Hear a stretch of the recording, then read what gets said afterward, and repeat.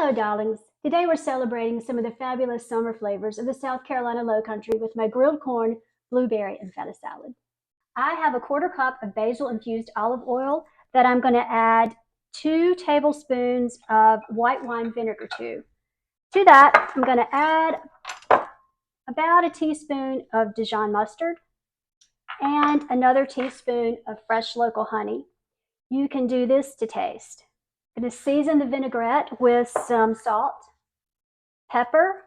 Shake the vinaigrette until it's well mixed. I have some corn that I grilled and took off the cob, and I'm adding some fresh blueberries, some grape tomatoes that I quartered, some feta cheese that is crumbled, a little bit of chopped red onion, and now I'm just going to toss everything in some of the vinaigrette that we made earlier. I picked some basil out of my garden, and I'm just going to add a few pieces to a bowl of salad greens.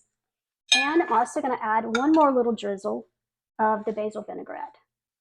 Then it's easy. Just top it with the corn, blueberry, and tomato mixture. Season with a couple grinds of black pepper and garnish with some salted pistachios. Happy summer, and remember, keep celebrating everything.